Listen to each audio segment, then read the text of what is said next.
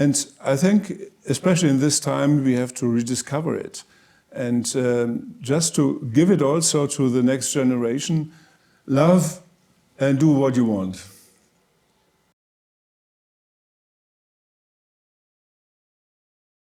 Hi everyone, welcome to our podcast Between Us, or Medzi nami, and especially Father Peter, welcome to our podcast. You are a key figure in building bridges between church and society Europe. Could you briefly introduce yourself and share what experience your lifelong commitment to social ethics? Oh yeah, so I'm rector of I was 20 years rector of the seminary, and also I was rector of the seminary in Paderborn, and then I got the assignment to the Social Institute in Dortmund, and that was the key experience, how we can implement Christian values, Catholic social teaching, into society. That was the idea, and that's also the mission of this institute. And so I started also in a European way, in a global way, how to connect people especially, and to find also seminarians and church leaders to practice these values in their society and shape society. Okay, in 2025, your path led you to the Vatican as a rector of the Campo Santo Teutonico. How does your daily life in the shadow of St. Peter's Basilica differ from your work in the industrial region? And how do you continue your social mission from the heart of the church? Oh, that's really a change. It's quite different. So you are living in the shade of the cupola of St. Peter, and so I'm guarding a German cemetery, and but there's also a confraternity and a priest college, and also a scientific institution. So I try to manage a bit the coordination of everything. But especially also with the seminarians and the priests who are studying there, I think it's just a challenge, and could be also our mission to be space of resonance of the Catholic social teaching of the Pope. So with the new encyclical letter Magnificat Humanitas, that should be really a resonance space for his teaching. Okay, you often quote Martin Buber, all real life is meeting. How did this philosophy lead to the creation of the Sociomovens network? Was there a specific meeting or moment that shaped the idea to connect young people, Europeans, through social commitment? For me it was, and it is always important to know we cannot change structures, but we have to invest in persons. And new persons will change also structures. That's quite different from politics and so on, but I think that's also the way of Jesus as he looked for followers, and he was walking with them, and so step by step walking. Then they got also the idea of Jesus, and they were missionaries at the end. So I think it's the same also I did looking for companions, alliance, those who would like to share this ideal of Catholic social teaching, of Christian values, and the mission to shape the society with it. So that's my question. And I started with seminarians all over Europe, especially in Eastern Europe. But then with these seminarians at a certain point, or have been also priests already, we started also a kind of youth movement, because it's important the next generation and to empower them, that they get the power of the gospel to continue that mission. The motto of Sociomovens is giving Europe a soul. In a time of many crises, what does this soul look like to you? And why are young people the ones who must provide it? It's interesting. Jacques Delors was the presiding of the EU Commission for a while, and he was talking to Finnish bishops, and he said, if we don't find and re-establish the soul of Europe, we'll have lost.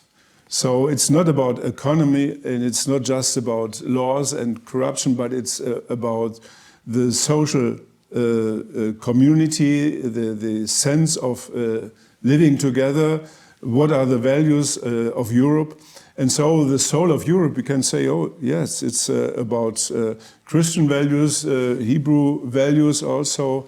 And our continent and our community and our society is built on these keystones. And I think, especially in this time, we have to rediscover it. And just to give it also to the next generation, that they are promoters of this one soul, and this ideal to be together and to live in community. And so we can change also life to the better one. Slovakia has become a vital part of the network with projects in Spišská Kapitula, Kisak, and now Ružomberok. How do you perceive the energy and spirit of Slovak youth compared to their peers in Germany or other participating countries? It's so interesting. You come into a country and to see young guys, young folks, they are interested, they are open-minded. And I always see they have ideals. So the young generation is idealistic. What about justice? What about peace? What about climate change? And to use also these good inspirations to move together. And I think this is what I see also here in Slovakia. It's wonderful to see the enthusiasm of young people, and also to see also the framework and the director of the school who is helping and enabling them to do so. So that's a wonderful experience here. The Empower 2026 festival follows successful events in Berlin, Krakow, and Budapest. Why did you choose this format or large international festivals instead of only local project weeks? What is the unique value of bringing 120 young leaders from 7 different countries together in one place? Yeah, it's important, the experience, you are not alone. It's not just me and just I to follow my ideals, but to find others and to see others also from other countries. And if we together have a mission, then we go ahead, and that gives you also courage.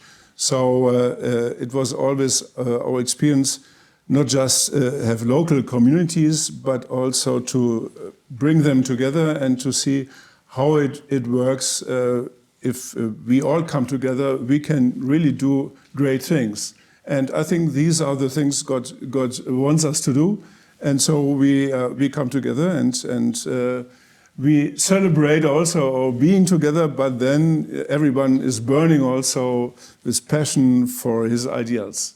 You arrived in Ružomberok a few days early and were seen praying in the school chapel. How did you feel in this city, and what message does the local hospitality of Ružomberok send to you international guests? Yeah, we had a wonderful mass yesterday, the opening mass with the auxiliary bishop. And it's especially a new start. It's not just Ružomberok, but it's a message which goes into Europe, And every participant who is here takes this message with him, and so they will bring this message of Ružomberok into the world. Participants at this festival are working on themes of social inclusion and active citizenship. What is your advice to a young person who wants to help but feels overwhelmed by the scale of social problems in today's world? I think it's very important just to have a moment to reflect. It's not just to get into all these situations, but to understand what is the next step. It's always one brother I can meet, and then I meet the next one and the other one. But just living the present moment and be aware of the situation. And then there will come a next moment and the over next moment, and then you continue. But it's important, just if you leave this moment, let it be, to be free also to confront also the next situation.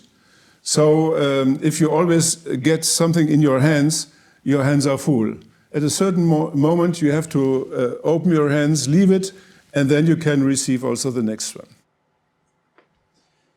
The festival use mottos like do your best or take care of all. If you could give the participants one single motto for life to take home with them, what would it be? It would be just what was the counsel of Augustine: love and do what you want. That's all. What is your prayer for these 120 young leaders as they prepare to rewrite the map of Europe here in Ružomberok? I think that everyone can really receive the message and can combine it with his own inspiration. And so that someone is not just an officer or a delegate or so on, or an object, but really the subject of his mission. I think that's it. So thank you very much for watching us, and thank you for your time. I thank you, and God bless. Thank you very much.